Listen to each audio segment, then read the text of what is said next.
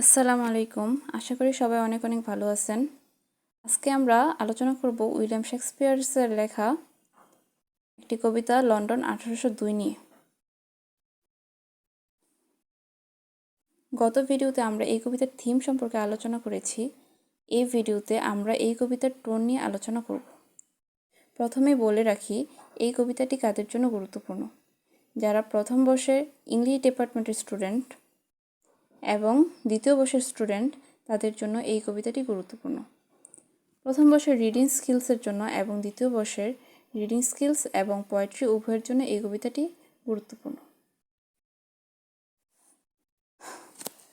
এই কবিতার টোন নিয়ে আলোচনা করার পূর্বে আমরা এই কবিতাটির সামারি নিয়ে আলোচনা করব। এই কবিতাটি মূলত ইংল্যান্ডকে ইন্ডিকেট করে লেখা হয়। উইলিয়াম ওর্ডসওয়ার্থ দেখেন যে ইংল্যান্ডের অবস্থা খুবই খারাপের দিকে ধাবিত হচ্ছে। এখানকার মানুষজন সেলফিশ হয়ে যাচ্ছে এবং তাদের আচার আচরণ অধঃপতনের দিকে যাচ্ছে। সে তখন মনে করেন, যখন মিল্টন ছিল তখন এই দেশের মানুষজন ভালো ছিল এবং তাদের মধ্যে নৈতিকতা ছিল।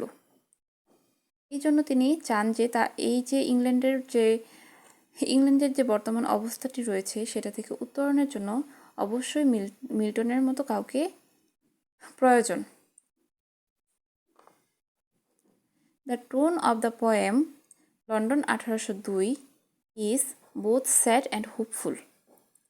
লন্ডন 1802 কবিতার এই টোনটি দুঃখজনক এবং আশাবাদী। দুঃখজনক কেন? কারণ হচ্ছে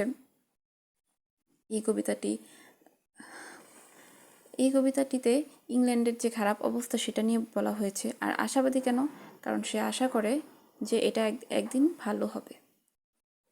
উইলিয়াম ওর্ডসওয়ার্থ ফিলস আনহ্যাপি, সে আনহ্যাপি অনুভব করে অ্যান্ড ওরিড এবং চিন্তিত হয় about the moral and spiritual condition of ইংল্যান্ডের যেই নৈতিক এবং আধ্যাত্মিক যেই অবস্থাটা রয়েছে সেটা নিয়ে চিন্তিত হয়, কারণ মানুষজন সেলফিশ হয়ে যাচ্ছে। সে দেখে the country as a fan of stagnant waters, মানে এটাকে বলে যে নোংরা পানির সাথে তুলনা করে। এটা হচ্ছে একটি কবিতার line, meaning it is like dirty water. এটা হচ্ছে একটি নোংরা পানি, দ্যাট ডাজ নট মুভ, যেটা কি চলতে পারে না। This shows